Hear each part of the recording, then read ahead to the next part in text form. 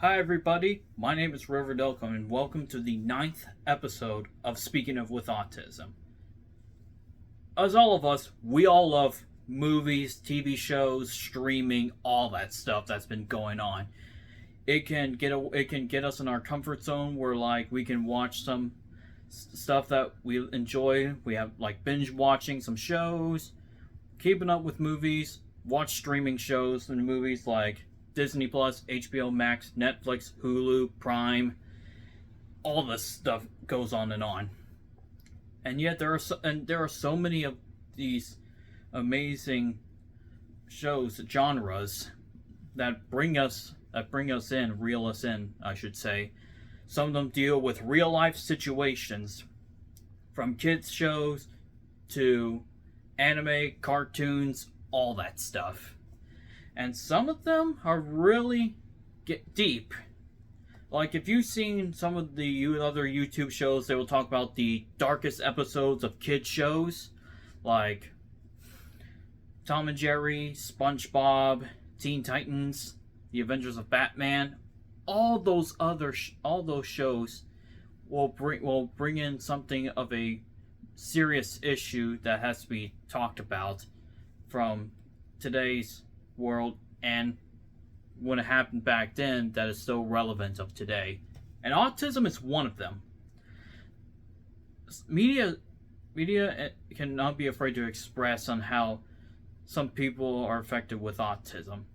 And Hollywood and streaming services are not afraid to show that. And even anime from Japan are not afraid to speak out for autistic people who are on the side of spectrum with Asperger's, like adult autism the spectrum disorder.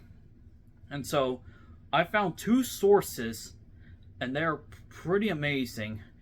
One of them was from the Washington Post, and the other one was about 30 characters from movies, TV who are on the side of spectrum with autism disorder.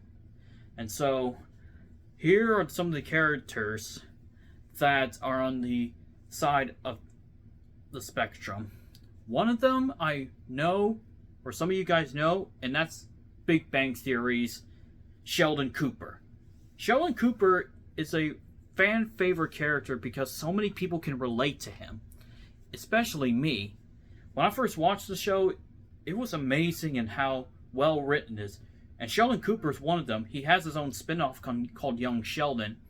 And the reason I believe he's on the spectrum of autism because when he talks with his friends like Leonard, Raj, and all that, it gets him excited to talk about some stuff. Like they're into superheroes, the science, all that stuff.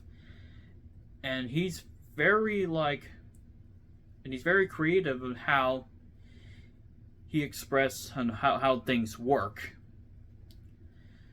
And when he got his science degree, he feels excited that he was overjoyed that he accomplished something. Of what he did was incredible. And also there are some times in the episodes where some people don't understand him, but he's trying to trying to think, get out of his mind what he is drawing, what's coming out of his head. And not a lot of people can read. Some people can read him, but others not so much, other than his friends. Or Penny. And another character of Big Bang Theory that's on the spectrum is Dr. Jamie, who is Sheldon's girlfriend. You see where it all disconnected? However, the actress of Sheldon's girlfriend is actually a real neurologist scientist. She had a bachelor's degree in neurology in college, and she is the smartest person ever. Not just on the camera, but behind the camera. And she has proven so many times that she's incredible, and she plays Sheldon's girlfriend amazing.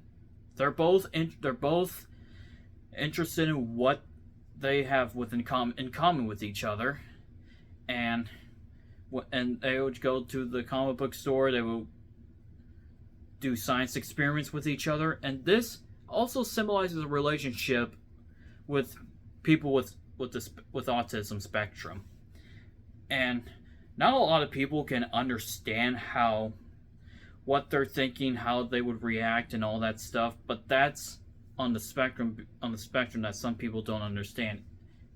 And so, like earlier around the last week, I was at Schlotsky's with my brother and her girlfriend, and the mom was talking to us, and she told us that her son was having some problems, and her son couldn't eat, couldn't drink, or do any of that, and she's not sure what is wrong, and she took them to the children's hospital, and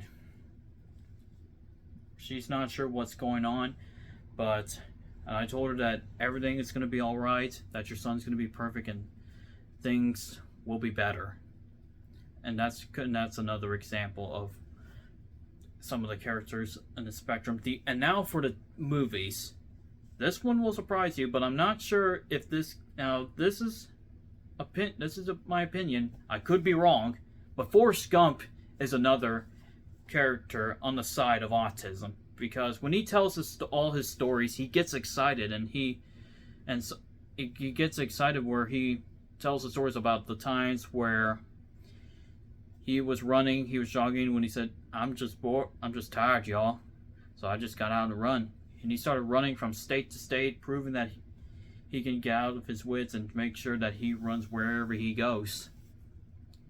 And also, when he got introduced to table tennis, when he was in the army for Vietnam, he really enjoyed it, and he kept playing that all the time during his time in Vietnam. And so that's another side of autism, that if there's one thing that some of you guys love, you can get that, you can play that more than often. You're not sure how many times you played it, like the table tennis, or you play video games, or acting, or any community groups that you are interested in doing, and you have done it more times than you guys, and you don't even realize that. And so then what comes, then the other one of another character that is on the autism spectrum is Julia from Sesame Street. Julia was introduced in 2015 of Sesame Street, and so this was supposed to show that introduce an autistic character named Julia, who's a puppet. And so it introduced Elmo and Big Bird, and there was another person, and Big Bird was nervous because he didn't know what was wrong with her, which some people can relate to, because parents whose children with autism, they don't know what's going on or what's the matter, and Big Bird feels bad because he thinks he's hurting her, which he isn't. He just doesn't understand that she's on the spectrum. And then one time of that episode, when the fire alarm rings, she holds her ears like this, and she doesn't know what's going on, and Big Bird's trying to have a talk with her, but Elmo tells Big Bird that, she has autism. She thinks differently, she writes differently, she answers differently. There are so many things that some of us don't even know. Like, when I first found out I was autistic, I had no idea how this came or how this happened. But I found that I think differently, I write differently, I speak differently, I do everything different. We all do things different. And it's okay. Some people will say that, some people think they're hurting us, but it's not their fault. Autistic people feel different. They react a different way. They do all things that it's not unusual. That's not normal to anybody. And so now I'm going to turn this to the anime characters. And from the article from the Washington Post from Phase 1 scholar Alex B., he researched that many autistic people are driven to anime. Like me, I'm driven into Naruto. And Naruto's character had the first autistic anime character who goes by the name Sai. And Sai was if you guys haven't seen Naruto and all the other stuff, I should have warned y'all, but my fault. But so after Sasuke left the village, Naruto and Sakura were in a two-man team. So they found a replacement named Sai. Sai, when you first him at first, he's kind of a jerk, just to put it nicely. However, as you've progressed his character arc so on, you understand what's happening to him. He's on the side of the spectrum because Naruto and Sakura don't understand how he talks, how he thinks, or how he does his ninjutsu style of drawing. And he was being used as a tool by the foundation of the most disliked character named Danzo. And so Sai also represents of the autism spectrum not only in Japan but everywhere else. And Sai is often used nicknames for his comrades so that he can figure out if he doesn't remember his comrades by names, he just makes up nicknames. Some of them can be hilarious, some of them can be questionable. And that's how you can understand, he's trying to think what he should say, what he shouldn't say, and how his brain works. You can tell that, he's on the spectrum. I can relate to that. And there are some other anime characters that are on the side of the spectrum besides Sai. There's Mel Hatsume from My Hero Academia. Hatsume is a girl, is a female, and she had a crush on Deku Midoriya. And she's really smart at how she handles the superheroes' costumes, machines, and all that stuff to get away from the villains, as they're called in the show. The League of Supervillains, which is basically like the evil version of Doom, Legion of Doom, and all that stuff, if you get what I'm saying. And Hatsume is really smart because she knows what she's doing and how what should work, what shouldn't work, and what she should do next time.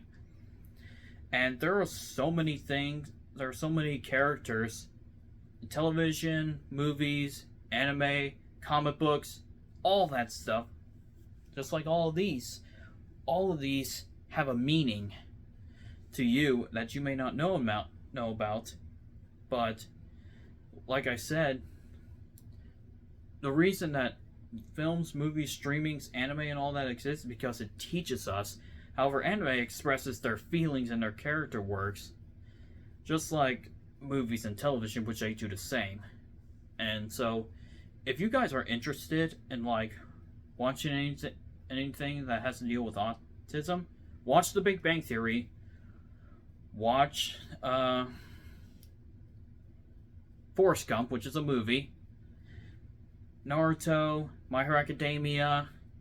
For kids, Sesame Street, and all that stuff. It will teach you and show you many ways on how how characters feel on the spectrum of autism. And there are plenty of more that have a lot to do with autism. Thank you guys so much for coming. Before I go, please comment, like, subscribe, ring the bell for notifications, share it with your friends, and share it with your family. And if you guys want to come onto my show, please follow my social media pages or comment down and say, hey, I'd like to be in your show. And I'll reply, and you guys are welcome in. My name is Reverend Elcom, and I speak autism. Thank you guys so much.